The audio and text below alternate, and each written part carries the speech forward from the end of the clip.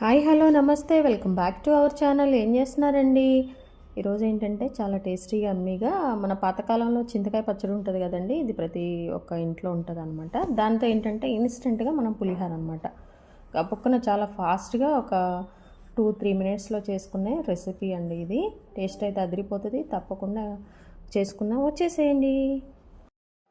Hi అండి, ఇప్పుడు మనము ఇన్స్టెంట్గా పులిహోర చేసుకోబోతున్నాము. ఆ పులిహోర కోసం అని చెప్పేసి నేను 2 గ్లాసెస్ రైస్ అయితే బాయిల్ చేసి పక్కన పెట్టేశానండి. మిగిలిపోయిన అన్నంతో చేసుకున్నా బాగుంటుందండి. ఇన్స్టెంట్గా ఇది ఆల్మోస్ట్ అందరికీ తెలుసండి. ఇది ఒకసారి నేను మీకు చూపిస్తాను. ఇదిగోండి రైస్ని నేను చల్లారటం కోసమని పక్కన పెట్టేస్తున్నాను కదండి. మనం అప్పటికప్పుడు ప్రిపేర్ చేసుకునే పులిహోర అనమాట. అయితే ఇందులో మెయిన్గా ఏంటంటే మనం చింతకాయ పచ్చడి అండి, ముడి చింతకాయ పచ్చడి అంటారు. ఇది పల్లెటూరులో వాళ్ళకి బాగా తెలుసండి.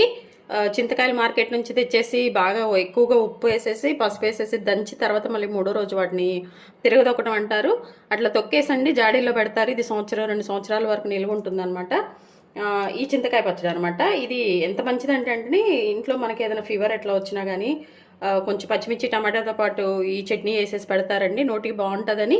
చంటి బిడ్డలకి చక్కగా అన్నం పెట్టే టైంలో అండి, వాళ్ళకి చక్కగా 6 నెలల తర్వాత కొంచెం వేడన్నంలో ఒక చిటికడి ఇది వేసేసి మంచిగా కలిపండి తినిపిస్తారు.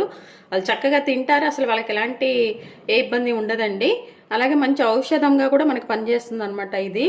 ఇది ఇన్స్టెంట్గా మనం బయట నుంచి వచ్చినప్పుడు కానీ ఏదన్నా లేనప్పుడు కానీ గబుక్కుని ఇట్లా పులిహార కలిపేసుకొని తింటే అండి ఆ టేస్ట్ అదిరిపోతుంది.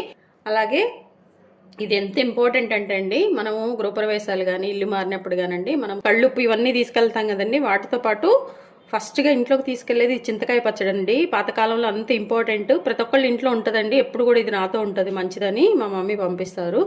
ఇప్పుడు దీంతో మనము ఇన్స్టెంట్గా పులిహార చేయబోతున్నామండి.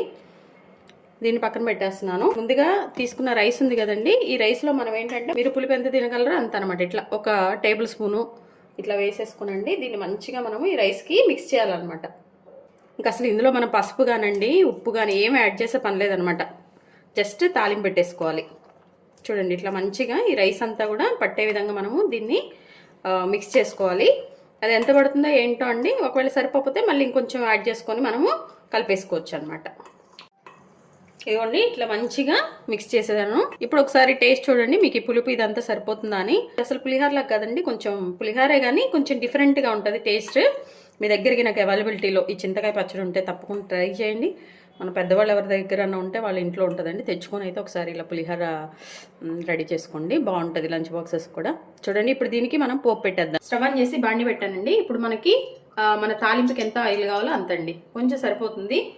ఈ ఆయిల్ కొంచెం హీట్ అయిన తర్వాత ఇందులో మనము పులిహోర అంటే మరి పల్లీలు కావాలి కదండి, కొంచెం పల్లీలు వేసుకుంటే బాగుంటుంది టేస్ట్ కోసం. ఈ పులిహోర ఉట్టిగా తిన్నా బాగుంటుందండి, దీనికి తోడు మనం ఏదన్నా చట్నీ యాడ్ చేసుకొని తిన్నా కానీ చాలా బాగుంటుందండి. టేస్ట్ అయితే మామూలుగా ఉండదు అసలు, ఒకసారి ట్రై చేయాల్సింది. ఇదిగోండి ఇప్పుడు మనం ఇందులో ఒక 2 టేబుల్ స్పూన్స్ మనము పల్లీలు వేసుకుంటున్నాం. అంటే పల్లీలు కొంచెం వేగాలి కాబట్టి ఫస్ట్ పల్లీలు వేసేస్తున్నాండి. ఇంకా ఈ పోపులో ఏంటంటే మనం కొంచెం మనకేమేం కావాలో అవన్నీ అనమాట. పల్లీలు వేసేసాము. పల్లీలు వేయగానే ఏంటంటే నెక్స్ట్ మెయిన్గా తాలింపు గింజలండి. పల్లీలు ముందు ఫస్ట్ ఎందుకు వేసారంటే అవి కొంచెం వేగితే బాగుంటుంది కదా, అలాగే తాలింపు గింజలండి ఇవి కొంచెం ఎక్కువ ఉంటేనే బాగుంటుంది, మనం తినేటప్పుడు టేస్ట్ కొంచెం డిఫరెంట్గా బాగుంటుంది అనమాట. అలాగే మెయిన్గా పచ్చిమిర్చి అండి, పచ్చిమిర్చి కూడా ఒక 3 కట్ చేశాను ఇట్లా పొడవుగా. ఇవి కావాలంటే మీరు ఎండుమిర్చి కూడా ఒక 2 యాడ్ చేసుకోండి. నేనైతే ఎండుమిర్చి వేయనండి, దీనిలో పచ్చిమిర్చినే టేస్ట్ బాగుంటుంది అనమాట, అందుకోసమే నేను ఇవే వేసుకుంటాను. త్వరగా అండి 2 మినిట్స్లో అయిపోయే రెసిపీ అనమాట. మన దగ్గర ఈ చింతకాయ పచ్చడి ఉంటాయి.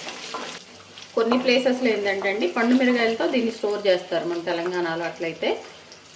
ఈ చింతకాయ పచ్చడి అయితే ఏపీ వైపు అండి, ఇట్లా ముడిగా చేసేసుకొని జాడీలో పెట్టేసుకుంటారు అనమాట. ముడి చింతకాయ పచ్చడి అంటారు దీన్ని. కరివేపాకు ఇదిగోండి ఇప్పుడు ముందుగా కలిపెట్టుకున్నాం కదండి ఈ చింతకాయ రైస్, మనం చింతకాయ పచ్చడిని కలిపేసాం కదా, ఇది రైస్ ఇందులో పెట్టేసుకొని మంచిగా మనము ఫ్రై చేసుకోవాలి. ఇందులో అంటే మన తాలింపులో వేసుకున్నామండి. ఒక 2 మినిట్స్ అయితే దీన్ని మనము మంచిగా కలుపుకుంటూ వెయిట్ చేసుకోవాలన్నమాట. అప్పుడే ఇదంతా బాగా రైస్కి పడుతుందండి, బాగుంటుంది టేస్ట్. చూడండి చక్కగా దీన్ని మిక్స్ చేసుకోవాలన్నమాట. ఇప్పుడు ఏంటంటే అండి స్టవ్ కొంచెం హై ఫ్లేమ్లో పెట్టేసుకుందాం, ఎందుకంటే రైస్ అంతా కూడా మంచిగా వేగిపోవాలి కాబట్టి. అంతే, మన ఇన్స్టెంట్ పులిహోర రెడీ అయిపోయిందండి. చూడండి పులిహోర స్ట్రక్చర్ వచ్చింది, టేస్ట్ కూడా అలానే ఉంది, అదిరిపోయిందండి. ఇదిగోండి చక్కగా రెడీ అయిపోయింది. సేమ్ పులిహార లాగానే ఉంది చూడటానికి. టేస్ట్ మొత్తం అండి అదిరిపోయే పులిహార, ఇన్స్టెంట్ పులిహార రెడీ అయిపోయింది. ఇంకా స్టవ్ ఆఫ్ చేసుకొని వేడివేడిగా తినేయటమే అండి. చూసారండి, మన ఇన్స్టెంట్ పులిహార రెడీ అయిపోయిందండి. టేస్ట్ మాత్రం అద్భుతంగా ఉంది. ఇది చాలా ఈజీ ప్రాసెస్ అండి. తప్పకుండా ట్రై చేయండి. ట్రై చేసి ఎలా వచ్చిందో కామెంట్ బాక్స్లో కామెంట్ చేయండి. మీ విలువైన సమయాన్ని కేటాయించిన వీడియోస్ చూస్తున్నందుకు మీ అందరికీ నా ధన్యవాదాలండి. మీకు నచ్చినట్లయితే లైక్, షేర్, సబ్స్క్రైబ్. అలాగే హెల్తీగా కుకింగ్ చేసుకుందాం, మన ఆరోగ్యాన్ని మనం కాపాడుకుందాం. Thank you.